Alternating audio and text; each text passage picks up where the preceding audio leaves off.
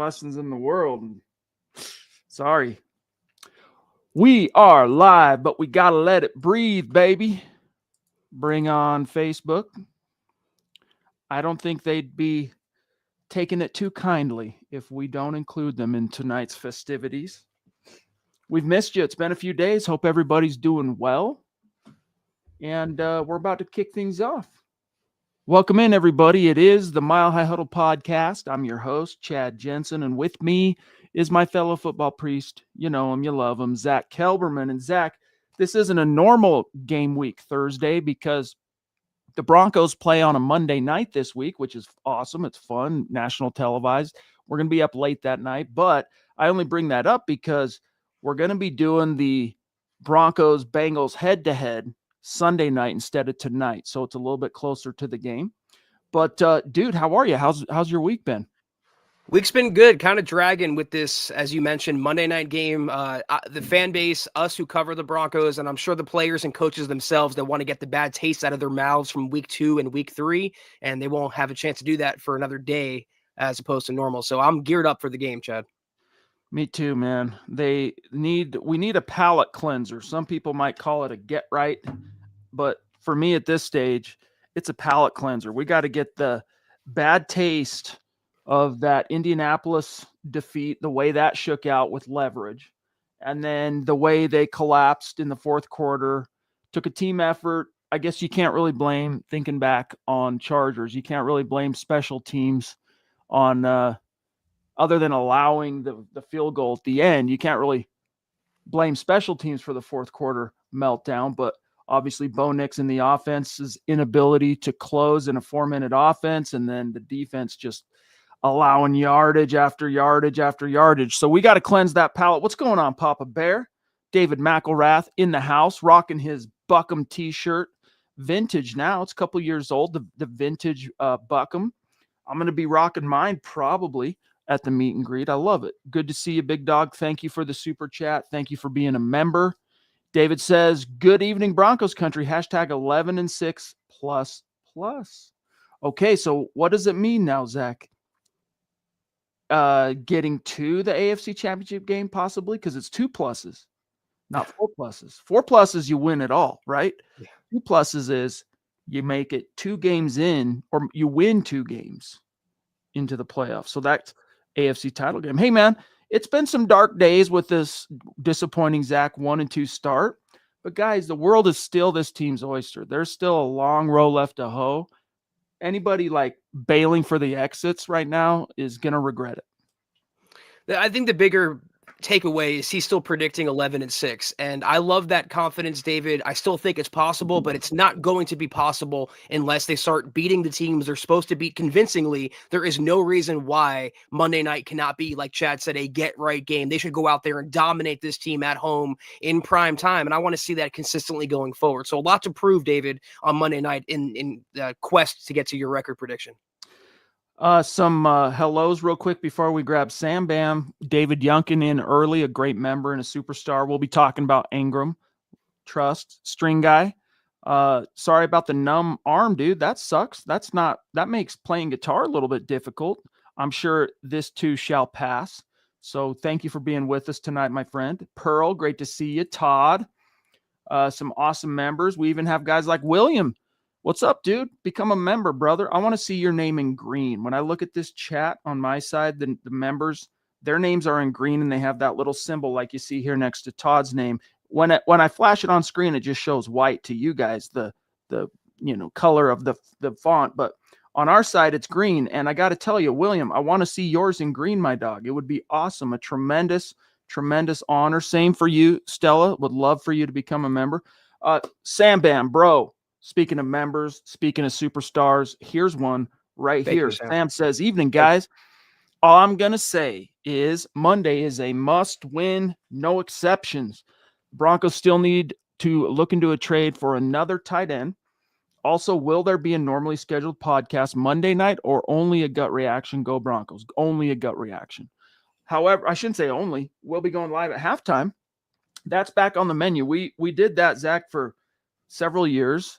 I don't even remember now why we stopped doing it, but we're doing it again. We're doing Zach and I going live at halftime. It's only 10, 12 minutes, something like that we're actually on camera and streaming, but it's a lot of fun because, hey man, those first 2 quarters of the game, it's worth us spending some time on it. But Zach, do you think they need to look into trading for a tight end, or the fact that Evan Engram is back at practice, which you had the article for us, you can break it down more and let people know what's going on with Engram. Is it time? Do they still need the Broncos a little bit of time to see how this kind of takes shape? Number one, they could trade for, Tony Gonzalez in his prime. If Sean Payton doesn't use him and leans on Adam Troutman instead, then it doesn't matter. So you signed Engram to a multi-million-dollar deal. He was supposed to be your joker, but the only thing that's a joke is how the Broncos are mismanaging him. I understand the injury. He's back at practice, as Chad just talked about. He was moving around well. He was a full participant. So he's on track to play on Monday night, but will the Broncos throw him the ball? Will they scheme him open? Is he going to start being used to his full potential? That's my question. Well, exactly. We'll see. I mean, here's today at the podium, there's a few things I want to talk about throughout tonight's show. But one of the things that was said and asked to both Sean Payton and Bo Nix was, hey, man, what happened to establishing an offensive identity? And do you guys have one? And when Bo Nix was asked that question today, he said, quote, I think when you look at our offseason acquisitions, the guys that we got, we're still trying to fit them into our scheme, find out where we are as a team, but we still have an identity up front, meaning that offensive line. They're going to keep guys off of me. We're going to be able to not stay in long yardage because of sacks. We're going to complete passes. Cortland Sutton's going to have good games. Pardon me. And the other guys, as they continue to grow, they're going to find their rhythm. So he goes on to talk about how he's only got 20 games under his belt. He's going to just keep getting better. But close quote on Bo. My point here, Zach, in bringing this up is, hey, man, Rome wasn't built in a day. And I think sometimes when we're on the outside looking in, we see that, oh, it's a 2-time Pro Bowl tight end. And, he's a veteran, and it's a veteran head coach, and it's an already established young quarterback, albeit in his second year. Man, they should be hitting the ground running. Well, it doesn't quite work that way. It takes a little bit of time, Zach, for things to come together. And one thing that's certainly going to delay that is any kind of injury. If a guy is not practicing and he's not playing, it's kicking that can. What we all want to see as far as the can, what I'm talking about is that impact in the offense. It kicks it down the road. There's a bigger problem at stake here, and something you brought up. Sean Payton was asked about the identity of the team, and he goes, we don't really have one right now. I'm not sure. And he goes, when he was asked, when will you know? And he goes, soon. We're going into October. This is week 4 now. You're supposed to have your identity coming out of training camp. How do you not know? How do you acquire 2 new running backs and all these new weapons and still don't know how you want to be with your potential top 5 quarterback? So this is why we talked about this on the gut reaction, the aftermath, and also Kelberman's Corner. Coaching. Sean Payton is letting this team down, Chad. We'll put a pin in that for a second, guys. Lots more to get to tonight. Obviously, your comments, your questions, and plenty of storylines from today at the podium. Plus, there's more on the subject of Bo Nix that we got to get to. But, guys, even though it hasn't started off swimmingly, Broncos are 1-2. At least thank your lucky stars that football is back. And with it comes Underdog, the best place to make picks and win money all season long. Playing on Underdog, guys, super easy, super fun. You just pick whether your favorite players are going to go higher or lower on stats like touchdowns, receiving yards, interceptions, and more. That's right. Get your picks correct, and you can win up to 5,000 times your cash, and you can play with as little as $1. So if you think you've got a beat on what Bo Nix's or any Broncos player stats are going to be on Monday Night Football, download Underdog and win some money today. Guys, so much fun playing Underdog, winning money while you're watching football. I mean, does it get much better than that? Guys, download the Underdog app today. Sign up with our promo code MHuddle, as you see on screen, to score $50 in bonus funds when you play your first $5. That's promo code MHuddle. Millions of fans have already won billions making picks on Underdog. Will you be next? Underdog, make picks, win money, baby. Be 18 plus, 19 plus in Alabama and Nebraska, 19 plus in Colorado for some games, 21 plus in Arizona, Massachusetts, and Virginia, and present in a state where Underdog Fantasy operates. Terms apply. See assets.underdogfantasy.com/web/play and get terms _DFS_.html for details. Offer not valid in Maryland, Michigan, New Jersey, Ohio, and Pennsylvania. Concerned with your play? Call 1-800-GAMBLER or visit ncpgambling.org. In New York, call the 24/7 HOPE line at 1-877-8-HOPE-NY or text HOPE-NY 467-369. Must be 18 plus, 19 plus in Alabama and Nebraska, 19 plus in Colorado for some games, 21 plus in Arizona, Massachusetts, and Virginia, and present in a state where Underdog Fantasy operates. Terms apply. See assets.underdogfantasy.com/web/play and get terms _DFS_.html. All right. Yeah. You get the picture. Sorry about that, guys. Sometimes the auto stop doesn't work, but we're back in the saddle and we got a trio of super chats from one of our dear members and superstars, B-Rad, as I like to call him, who jumps in. Thank you, buddy, by the way. Brad. Your support means the world to us. Says, good evening, fellas. Hopefully Nix comes out and dominates. This game can be a huge confidence booster for him and the whole team. I see this as a must-win for sure, but this could be good for them. Yeah. Thank you for the correction there, buddy. You didn't have to do that via super chat, by the way, although we do appreciate you.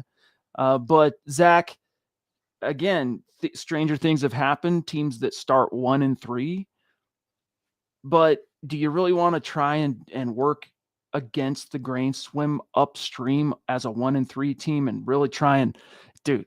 Pickings are slim finding the teams that start 1-3 that go on to have success in the playoffs. Not to say they don't exist or it hasn't happened, but obviously statistically very slim are the chances. And not only that, Zach, but Broncos specifically, you look at to even countenance the thought of a 1-3 start. And then you look at what awaits on the other side of week 4 and beyond. You're going, you can't afford it. You got to win this game. After the last couple of weeks playing this Bengals defense at home in prime time, Chad, if they don't come out and dominate in this game, it is a must-win, Brad. Thank you so much for your super chat. And you're right, it's a must-win, but I'll take it a step further. They should, no doubt, dominate this team. I want to see all 4 quarters, all sides of the ball. I want to see a blowout because that's what the Broncos are. If that's how they fancy themselves as this playoff contender, Super Bowl contender, then they'll come out on Monday night and destroy an inferior Bengals team. And I'll take it one step further, Chad. If they don't beat the Bengals, the Joe Burrow-less Bengals with Jake Browning, they don't deserve to make the playoffs anyway, period. Yeah, I mean, this is one of those teams you're supposed to win. So win. It's a 7.5-point spread favoring the Broncos. The home team. Last time I checked, you got to win that game. B-Rad again, dude. Thank you, pal. Thank you, seriously. Don't take that lightly. Just us saying thank you. Like, dude, it means the world to us. Seriously. Thank you, bud, for the support. Crazy, says Brad, that people don't understand that the short passes open the run game or vice versa, which opens up play action and deep shots. Yeah, I mean, the West Coast offense, I've read a few books on Bill Walsh, right? The brainchild behind the West Coast offense. And that was, due to, I'm always curious. I love to learn. I hate school, but I love to learn. And one of my mentors, in fact, probably my primary mentor in this business, you guys have heard me talk about him before, Doc Bear, Emmett Smith. He bequeathed to me many books. And on the subject of Bill Walsh, Zach, the whole thing about the West Coast offense was to marry the run game and the pass game and to create a high percentage passing game where basically these shorter, more kind of horizontal passes are more, even though they're technically a pass, they're more of an extension of the run game. That's the last 2 words there, Chad, is how we should simplify this. J.K. Dobbins was on his way to being the first 100-yard running back since Latavius Murray in 2023. That's your identity. Sean Payton has to realize that. Run the freaking ball and keep running the ball. Get RJ Harvey involved. Use Jaleel McLaughlin if you have to, but that's your identity right now, and that will open up the play action, Brad. That will open up the passing game for Bo Nix and take the pressure off.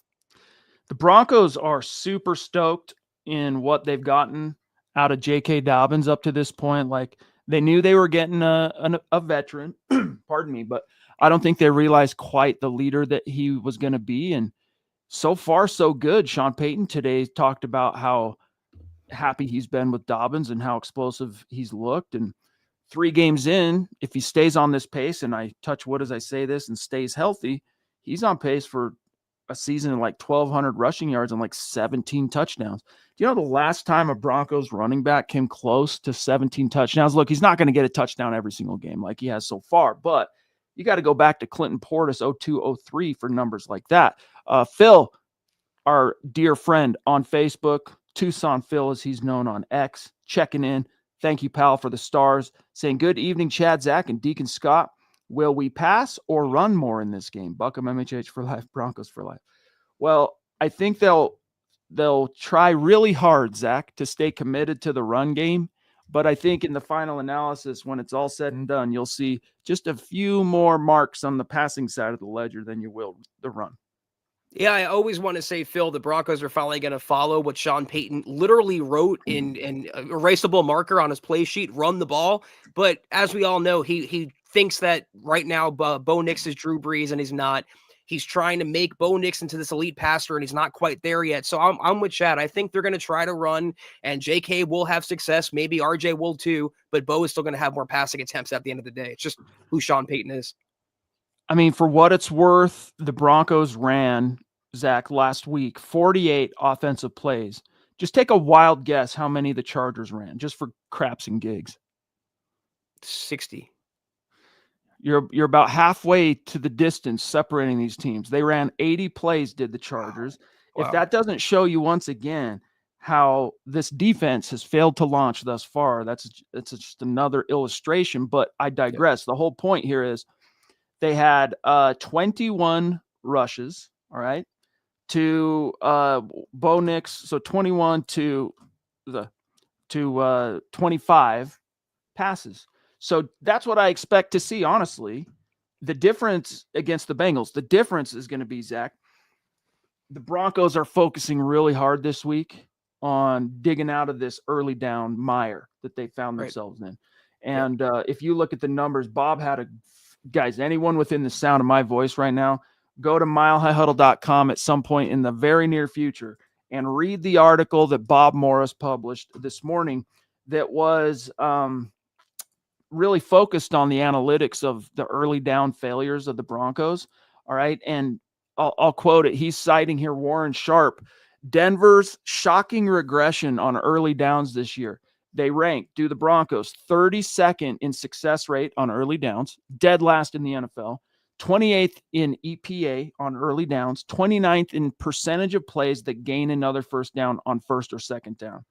And that's despite, of course, having a top 10 offensive line. So my point here, it's a long-winded way of saying, Zach, before we grab the Lady D, you're probably still going to see more passes, that slightly more than runs against the Bengals, but I do expect you to see much better production and efficiency with the runs they do call. It's about game flow, though, Chad. I mean, 11 carries for Dobbins when, again, he was well on his way. I don't know what he was averaging, but it was a healthy amount. And RJ Harvey only gets 2 carries. Sean Payton has to fight those voices in here and commit to the ground game. That's going to help him on Monday Night Football. Lady D, she's dropping it's kind of a trend she's begun over the last couple of months since we launched the memberships. She has gifted 10 Mile High Huddle YouTube memberships to folks in the chat. And she's dropping a very generous super chat. We love you. Thank you so much, Lady D.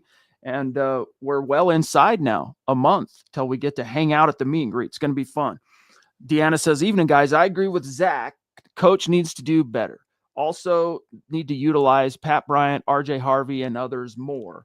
Run the ball, protect Bo Nix, take the pressure off Nix.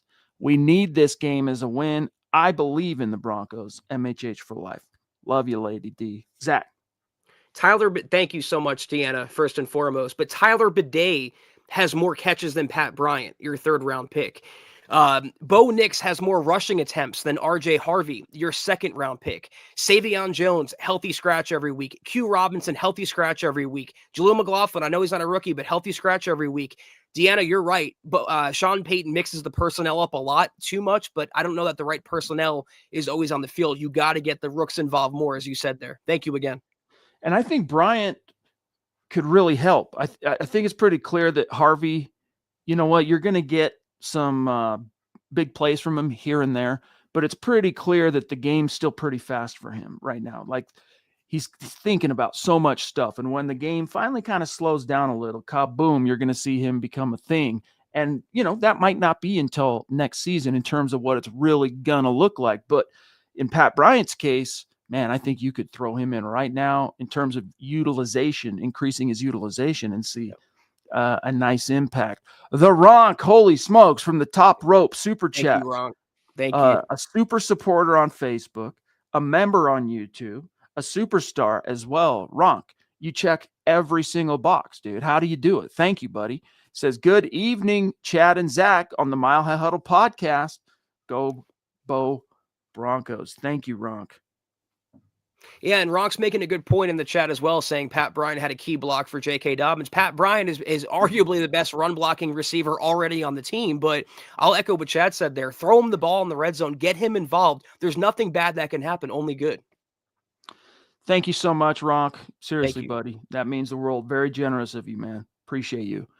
B-Rad jumping in again. 4th super chat of the night. He's on fire. Here's what Brad says.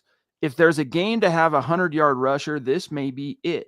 Since he looks really bad on defense, I'd hope 100-plus yards from Dobbins and 225-plus passing from Bo. Well, we'll do the head-to-head for what it's worth, Zach. We'll do the full head-to-head on Sunday night, guys, so remember that. But the Bengals defense entering week 4 ranks 22nd in rushing. And guess who ranks 21st? The Broncos. So there's going to be some opportunities there for the Broncos, who offensively is still in the top 10. They're the eighth ranked, rushing offense. So go get them, JK. Well, if anyone watched last week's game, the Vikings didn't have their starting quarterback or starting running back, and the backups tore up the Bengals defense. And if they can do it, the Broncos players can do it as well. So, Brad, I don't think it's too far off. I don't think it's too crazy. They can definitely hit those marks. By the way, did you guys know, talking about J.K. Dobbins, if he scores a touchdown on Monday Night Football, a rushing touchdown, he will become just the second player in franchise history to record a rushing score in each of the first 4 games of a season. Pretty cool. Pretty cool. You know that the Broncos are going to have that front of brain. So even though Sean Payton likes to throw it in the red zone and stat pad for old Bo Nix, I think they're going to try and get him that touchdown. JK. Phil jumping in again. Guys, in 3 games, give me a grade for the defense and the offense in each half. I got all 3 at a C in the second half for both defense and offense. The second half, I give them Fs, bro. I give them, for the second half through 3 games, I give the offense and the defense an F. Fail. You failed. You collapsed in 2 back-to-back fourth quarter games that you should have won. You were leading in the fourth quarter. That's an F. First half, I'll give them in the first game. I'll give them against the Titans. That was like a C-. Against the Colts, I'll give them an A+. 3 touchdowns. Last week, B-.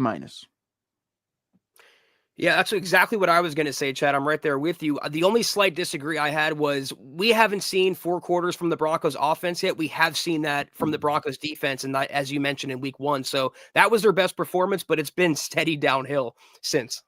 And it's important to remember that came against not only a rookie quarterback, but a rookie quarterback making his first ever NFL start. So receivers were dropping passes. Look, right.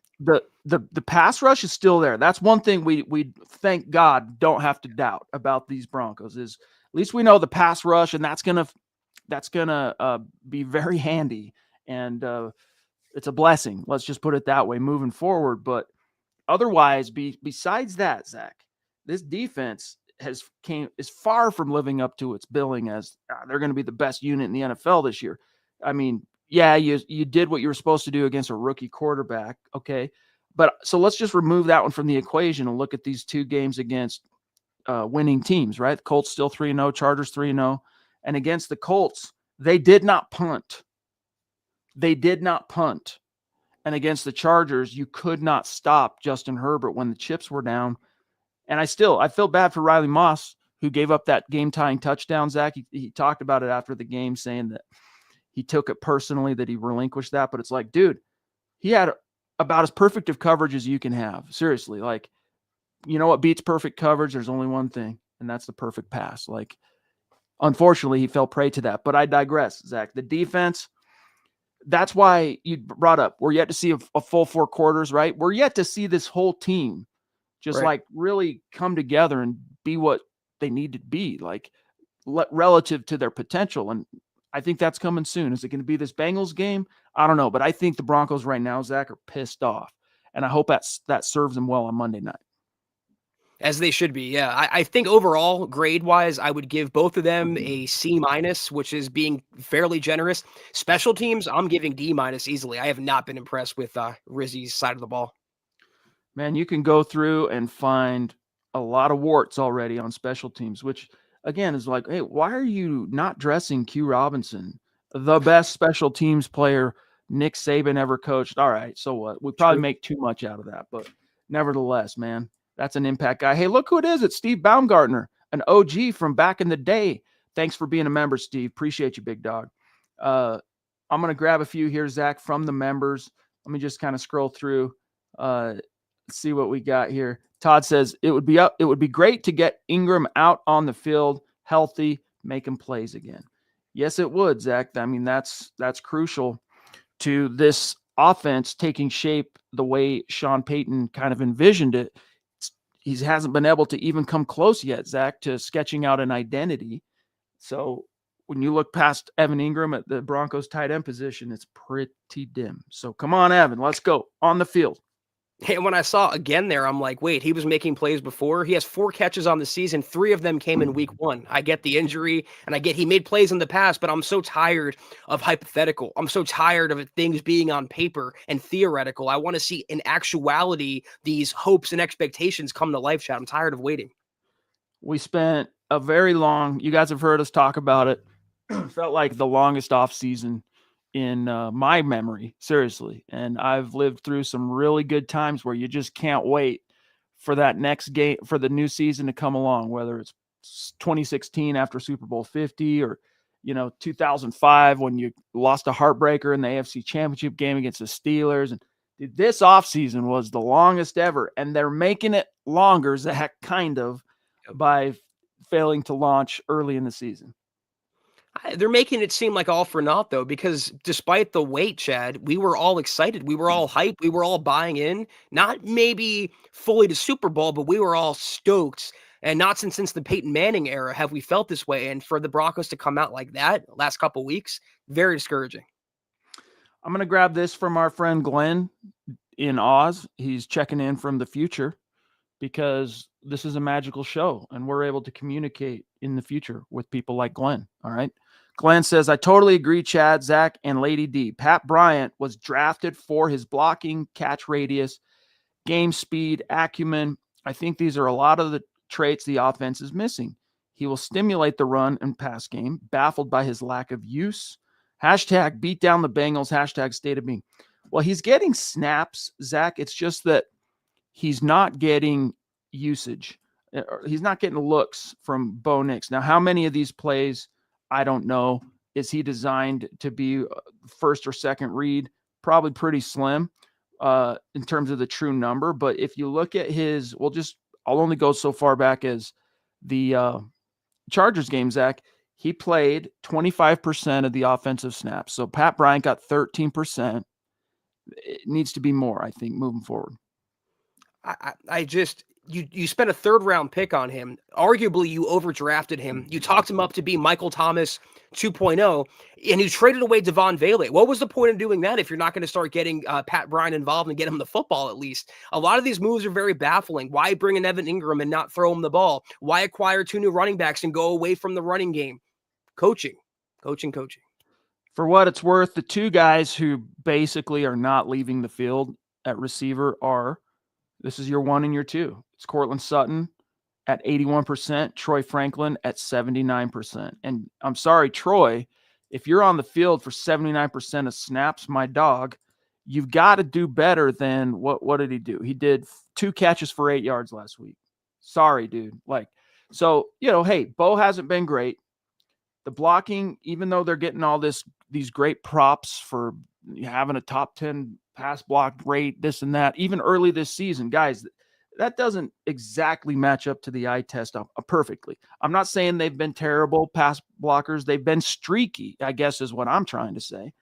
The Broncos need their guys to step up. So if you're getting 80% snap share as a skill guy, a wide receiver, man, go out and freaking make that count, dude. Yeah, I don't care what the metrics say and how good the Broncos O-line is ranked right now. It's been a problem since the preseason. Interior pressure and even outside pressure. Garrett Bowles has been fantastic, but the rest of them have all shown some vulnerabilities this season so far and preseason. So it has to get cleaned up and fast because I see it. It's happening. I mean, the interior trio specifically, like the tackles have been good. Garrett Bowles, it's been like already he's kind of leader in the clubhouse for that new award, Zach, Protector of the Year. Yep. Legitimately. Bo is the third fewest sacks. The Broncos have third fewest sacks. Let me double check that real quick. I gotta double check that. So Bo is second. Sorry. Broncos currently have relinquished the second fewest sacks. And Garrett Bowles has been an animal in terms of number of pressures he's allowed. Like, it's been hard to get by him. And Mike McGlinchey's been pretty dang good so far as well, both pass and run blocking. It's the interior trio up front, Zach, that has been frankly alarming. And without betraying something that he said, because I didn't think of it before now to even bother asking him if I could read his comment to the community, Doc Bear, I'll just say this, expressed a similar alarm at how ungood Quinn Miners has been. Wattenberg, Powers has actually been the best guy of that trio. Who would have thunk it? Yeah, the Broncos legitimately might have two new starters on the O-line in 2026. At least one. You have to upgrade on Wattenberg. They tried the experiment, Chad, but he's capped as an NFL starter. And also, as you mentioned, Powers, he's looked the best of them, but they can still do better, I think, at guard. Ronk with an interesting, this is going to be a key matchup. Riley Moss versus T. Higgins is the matchup to watch from last year's game against the Bengals, right? T. Higgins had himself a day, et cetera, et cetera. The only saving grace here, Zach, I mean, obviously, Riley Moss is always going to be one of those controversial figures within Broncos country because he plays opposite of Patrick Surtain. What does Sean Payton say? Whoever's got that gig is going to get a lot of business, right? So he's already what did Keith wrote about this today? I think he's the second highest targeted cornerback in the NFL through 3 games, Riley Moss. The saving grace here, Zach, is you don't have to worry about Joe Burrow dicing him up, right? It's Jake Browning. Yeah, and people forget that I understand Higgins destroyed Riley Moss in that game last season, but that was Moss's first game back from injury, and he probably shouldn't have even been playing in that game, Chad. He was still obviously hobbled, and he was also on an island one-on-one with T. Higgins. Hopefully the Broncos don't make that mistake as well. They have some safety help over the top, but I think he'll perform a little better. It's never going to be easy being the opposite of PS2, being the number 2 opposite him, but they're going to hold it down a little better, I think, on Monday night than they did what we saw in 2024. Let me grab this on Facebook from James Miller, who says, Chad, Zach, do you agree if we had Josh Allen or a QB of that likeness, we'd be a number 1 or number 2 seed team? He had mentioned earlier that I bet my life if you put a gunslinger like Josh Allen or even a vet like Nick Foles on our offense, we'd be top 5. What's your answer here, Zach, for James? I feel like I get hit with a time warp and we're back in 2017. I don't know about Nick Foles, maybe Josh Allen, but then you have to wonder, would the defense squander the games? Would the coaching not be up to par? Because that's the whole debate about the Broncos passed on Josh Allen in 2018. And those of us realize he wouldn't have been Josh Allen without the proper coaching and he wouldn't have got that in Denver. So still a lot of variables that could go wrong. I think they would have had at least one more win, though, if Allen was their quarterback. We have I don't recognize this name, and he's jumping in from the top rope on Super Chat. Thank you, Jonathan. So Jonathan Shelton, welcome to the manger, my friend. Thank you very much for that very, very generous Super Chat. And hey, man, make yourself at home. That's okay. Jonathan says, dang, I'm new at this Super Chat. He's probably trying to get a question in. So we'll keep an eye out for any question or specific comment. Don't worry, Jonathan. Anything you got to say, drop it in. We'll catch you, buddy. But thank you for that generosity, dude. Big, big, big props. Yeah, thank you so much, Jonathan. That's awesome, man. Appreciate that. And don't forget, we'll answer anything. He says, by the way, real quick, sorry, Scott, we'll get the Lady D, but he says the defense is letting us down, but run the dang ball, Zach. Amen, Jonathan. The defense is letting us down, and I think as time goes by, Sean Payton's realizing he's finally got a couple of horses he can rely on in that stable behind Bo Nix in the backfield. Arguably, there's only two players, Jonathan, that haven't let the Broncos down and have been disappointments this season so far: J.K. Dobbins and Nick Benito. End list. Lady D with another generous Deanna. super chat. We love you. She says, I agree. The whole team needs to get it together. Hit the like button, share, and subscribe. We still need a linebacker. They're not addressing this need, in my opinion. I, too, am baffled by the lack of usage. Like Zach says, coaching, a must win. Yeah, man. Oddly enough, it's not been Justin Sternad who's been the primary culprit at linebacker thus far, Zach. It's been Singleton. And I don't think, the first couple games I was like, maybe it's because he's playing with the club. Maybe he's in a little bit more pain with that thing than No. Dude, he just looks straight slow. Like the game had that year. Unfortunately, you tear your ACL at 31 years old. I guess there's a big risk, Zach, that the game's going to pass you by. And that's what it looks like has happened for Alex Singleton. Yeah, we can lean on that, I guess. And we've all romanticized Singleton since his injuries, Chad. He's a good locker room guy, good against the run, but he was never, ever, ever good in pass coverage. Some of us, I'll speak for myself, have been complaining about that since the Broncos signed him. And we were so happy that they signed Dre Greenlaw to minimize that. And look what happened. So he's never been a pass covering inside linebacker, and the injuries have only made him worse. Yeah, but hey, man. Let's hope it's an anomaly. Maybe we're tripping. Maybe it's just him, the rust, all that stuff. It's not too late to turn it around, but Dre Greenlaw, we need you, buddy. We need you week 7, big dog. Manuel, what's up, dude? Great to have you. Another newer name. 2 new names on Super Chat this evening. We take that as awesome development. So thank you. To Manuel here and to Jonathan Shelton. So Manuel says that play caller needs to be changed. This is a theme we've been hearing, honestly, since the first game, because the offense just hasn't looked anywhere close to what we thought it would look like. The closest it's come is that first half against the Chargers. The Colts. Which game was it? Now I'm tripping. Which game was it? The 3 touchdowns? Yeah, it was the second game, the Colts, right? So that's the closest, and it was only 2 quarters. And people have been saying, hey, man, time for Sean Payton to let someone else call the plays, whether it's the actual offensive coordinator, Joe Lombardi, or the new pass game coordinator / quarterbacks coach, Davis Webb. What do you say for Manuel here? Well, what's compounded what you said with how lackluster they've looked was how good the offense looked when Webb called the plays in the preseason. And ever since then, a lot of Broncos fans haven't forgotten. They've put it in the back of their minds and thinking to themselves, let's keep Davis Webb around by making him the new OC and making him the next to take over for Sean Payton. The thing, though, Manuel, Sean Payton has so much job security and power within the Broncos organization. He's not going to give that up unless it's ripped out of his cold, dead hands. And that's not going to happen because the Walton Penner ownership group likes him too much. He would scapegoat everyone else around him, from Lombardi to Webb to Zach Strief, before he gives up willingly play calling duties. Like him or love him, or like him or hate him, you're stuck with him as the OC. Yeah, and I'll be honest with you guys, in Payton I still trust. So if the ship goes down, I'll go down with that ship. I do still trust Sean Payton. I just think that it's not so much play calling. No offense to your take here, my friend, on Manuel. I just think it's a combination of execution. When you have the number of penalties the Broncos have had through 3 games, there's obviously some coaching lapses. Something's going on. Sean Payton addressed that today, interestingly enough, when he was asked about the penalties.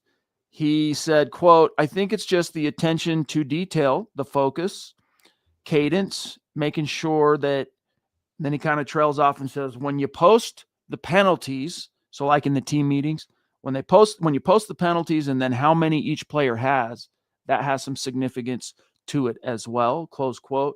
So he's saying that basically as coaches, the Broncos need to do better in their attention to detail with these players, the focus, their cadence, etc.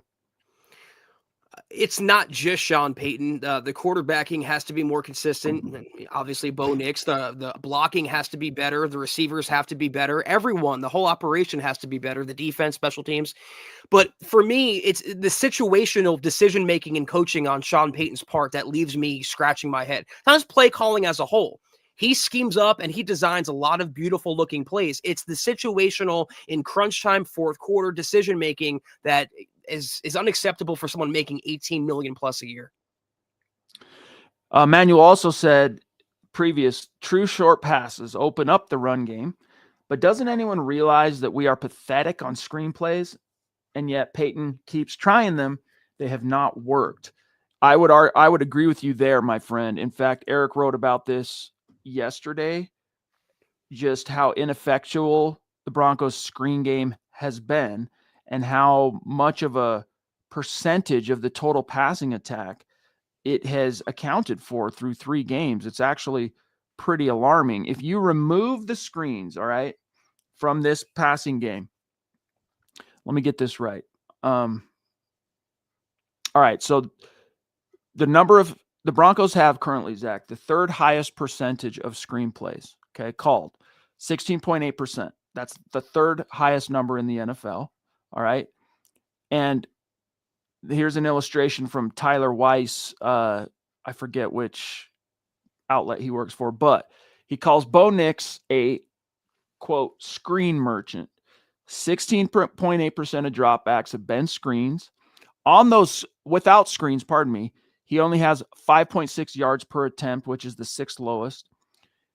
5-3 touchdown to interception ratio. There's a few other things. Go read the Eric Trickle 3 Things About Bo Nix article and you'll see. But Zach, this is, again, a long-winded way. I'm circling it back to you now. There's got to be more ways offensively to attack a defense with a quarterback like Bo, receivers like Sutton, Franklin, Mims, Bryant, throwing Engram back into the mix than just throwing screens.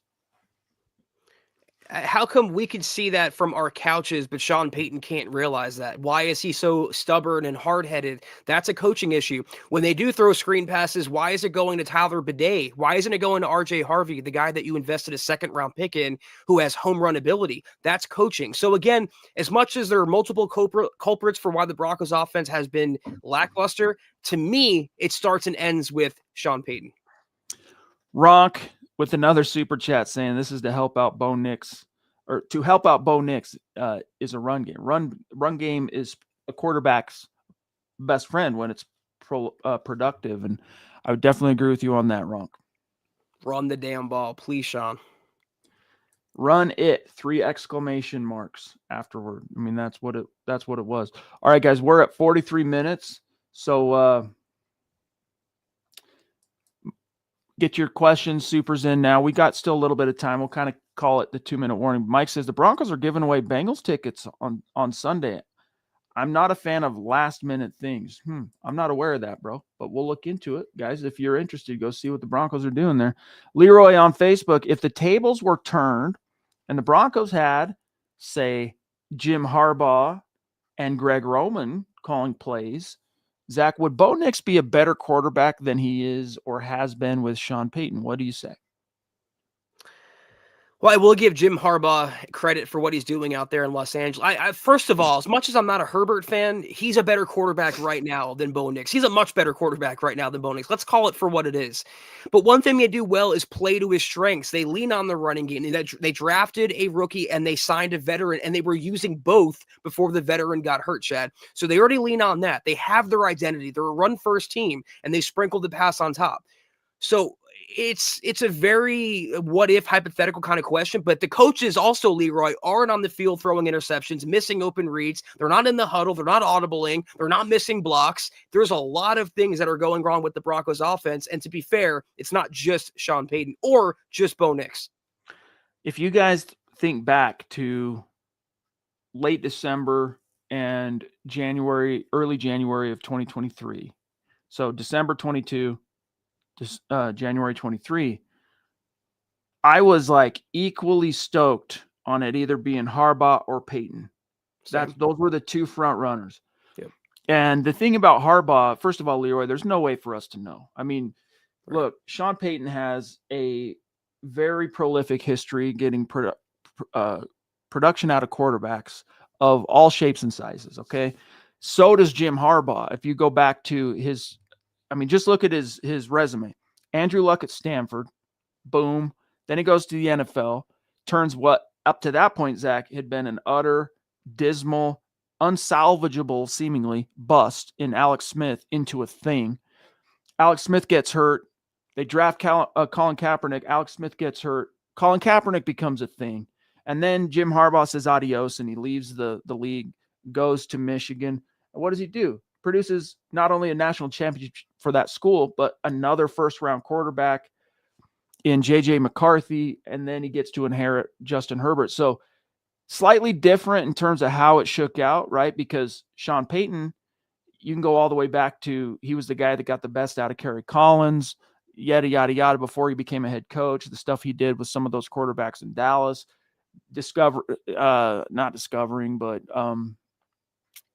helping to bring Tony Romo to the fore in Dallas, let's just say, and then really lucking out on his initial read on Drew Brees being his guy and then having that sustained success. It's just a little bit different context in how they've developed their respective quarterback resumes, Zach, but both of them are excellent head coaches. One thing Payton has over Jim Harbaugh, because this is the league, this is not college. He's got a ring. Jim's 0-1 in the Super Bowl. Here's what I will say. If the Broncos had Herbert and Harbaugh, they'd be 3-0 right now and guaranteed Super Bowl favorites. Make of that what you will. Hoo-wee. All right, guys. Let me take a look here. Let's see what Quentin says. Jim is smart.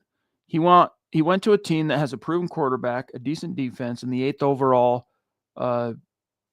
with already a great starting left tackle. Yeah, I mean, but he wanted the Broncos job too. He didn't withdraw from that until he heard that the Broncos were getting real cozy with Sean Payton. When that happened, he withdrew. So he is smart.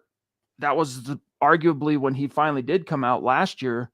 I mean, I'm trying to remember all the different vacancies in 2024, Zach, but that was a great landing spot for him. Really was. And Justin Herbert, I've said this already a million times, but I'll say it again. He was not a guy I thought was going to succeed in the league. I just, there's something about him, but he's proven me wrong. And I got to give that dude his flowers and his respect. Like, he's a thing, man. And he's going to be a thing and a thorn in this team's side for many moons. It's not just the Chiefs, right? It's the Chargers. And don't look now, but guess who's actually ranked second in the AFC West? It's neither the Broncos. It's neither the Chiefs. It's technically right now the Raiders because of the points and all that stuff.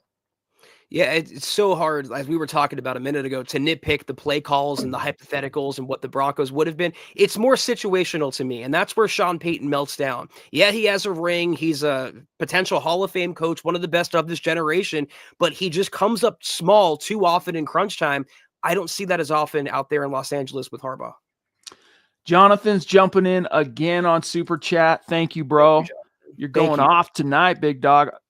Again, newer name on Super Chat, and in one fell swoop, one night becomes a bona fide superstar, dude. That's awesome, bro.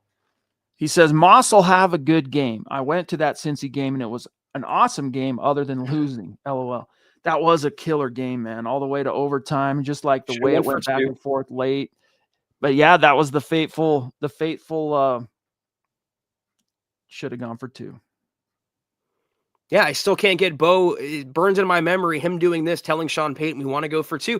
We talked all episodes so far, Chad, coaching. Even back then, last season, in the midst of how well the Broncos were playing, that's Sean Payton coming up small.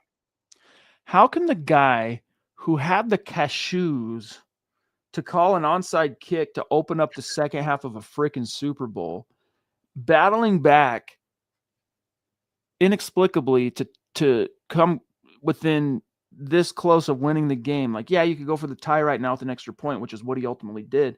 But how does that coach, who in February of 2010 calls for that onside kick in the Super Bowl that dropped everybody's jaw, decide, nah, we're going to play for the tie, especially with how much Burrow had been killing him, dude. You know, Burrow, he's so savvy.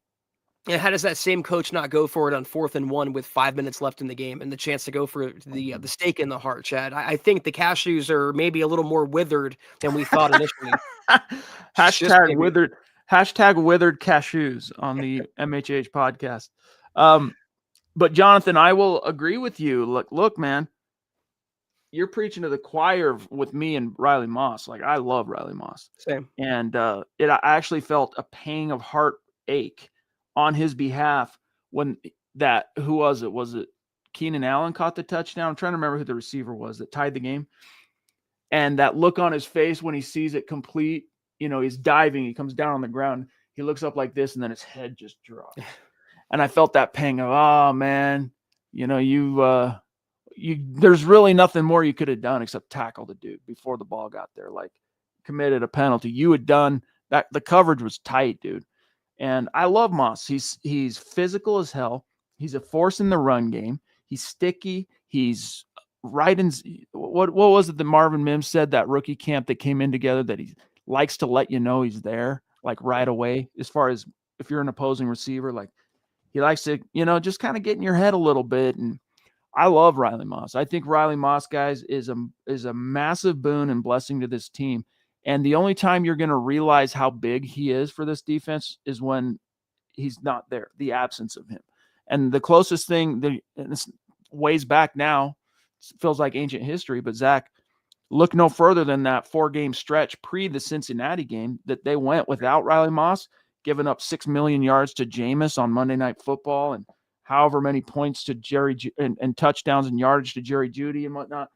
Guys, Riley Moss ain't the problem. Riley Moss is one of the feathers in this defense's cap. I kind of feel bad for Riley, man. He can't win for losing when he's out there. When he's passed on, Chad, it's either a completion because the receiver made an amazing play, the quarterback made an amazing throw, or he's getting penalized by the referees. It's not an easy job to play CB2 opposite PS2, but to me, Riley is way closer to being a star than he is to being a bust. Oh, yeah. We need to talk about Jahdae Barron, I think, is the bigger problem right now than Riley Moss. Excellent point here from, pardon me, Mr. Producer, who says in our chat here, every rule change of the last 50 years has been in favor of the offense. So NFL teams nowadays, you close on offense, not on defense. You know, that's not to say there aren't some great defensive stands, you know, et cetera, but it's another kind of wake-up call. Sean Payton, if you could do it all over again in that Cincy game last year, man, go for it. Don't trust your defense. Like, go for it. And that was with one of the best defenses in the NFL last year. Excellent point, Mr. Producer. Yeah, don't get scared in the fourth quarter. Scare money don't make no money.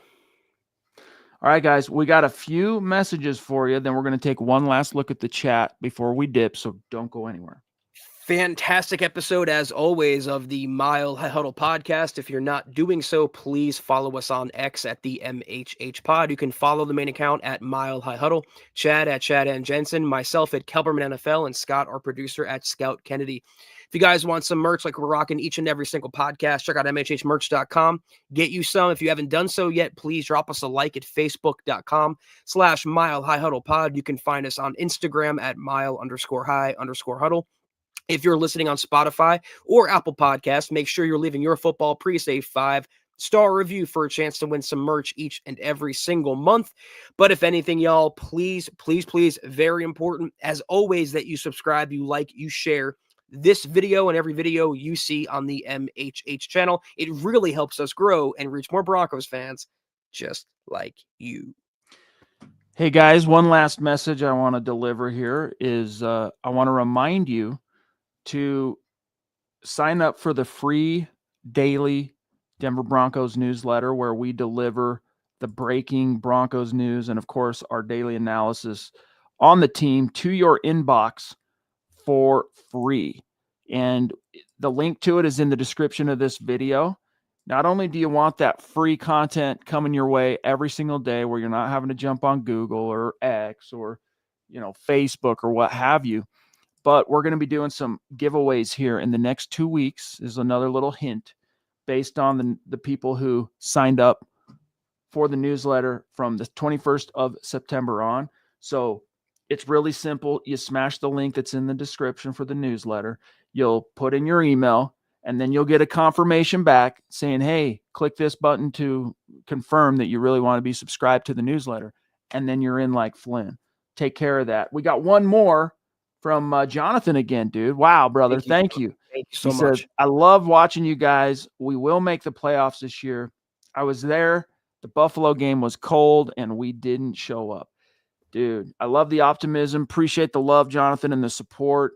And, yeah, that Buffalo game, Zach, it just felt like the Broncos they were like, we already accomplished what we kind of we made the playoffs. That's enough for us right now. That's kind of the vibe I got from the players. Showed up in the first quarter, and it all went downhill from there. Didn't have the gas to finish against an experienced playoff team now, like the Bills are. But, dude, again, Jonathan, thank you so much for the support tonight, buddy. You've been going off. So a Mile High salute, a special shout out to the great Super Chat superstars, supporters, members, helping us keep the lights on tonight, like Papa Bear, David McElrath, Sam Bam, B-Rad with multiple supers, Phil McLaughlin on Facebook, the Lady D, multiple supers, Top Rope supers, and memberships for folks in the chat. The Ronk, massive, massive super chat. Thank you, brother. Did I say? Yeah, I said Phil. Let's see who we. Of course, Jonathan, just triple shot on super chat. Manuel, also a newer name. Both you guys, welcome. Thank you for the support, guys. Means the world to us. Now, Zach and I, as a tandem, we are off until Sunday, where we'll do the head-to-head. We'll break down Broncos, Bengals. It's going to be fun. Tomorrow, though, for members on YouTube, is the latest edition of Broncos Book Club. We're almost done with the Elway years. And, the first 10, 15 minutes of the show at noon Mountain Time, 2 p.m. Eastern on YouTube for members. We'll be talking about the game and current events, and then we'll get into the book. So members, come hang out. If you're working on Friday, your lunch break, noon Mountain Time, 2 Eastern, maybe it's a little past your lunch break. But if you're on Mountain Time, come hang out on YouTube with us if you're a member. And Cody, good to see you, buddy. Thank you for the super chat. Here late. I'll listen later. All good, brother. So thanks for that. And other than that, Zach, tomorrow night, Dove Valley Deep Divers. And then I'll be on with Ron Saturday night for Orange and Blue View. Then Zach and I back Sunday night. Can't wait. Have a great weekend, everybody. Have a great weekend is right. We will see you Sunday night. Take care. And as always, go Broncos.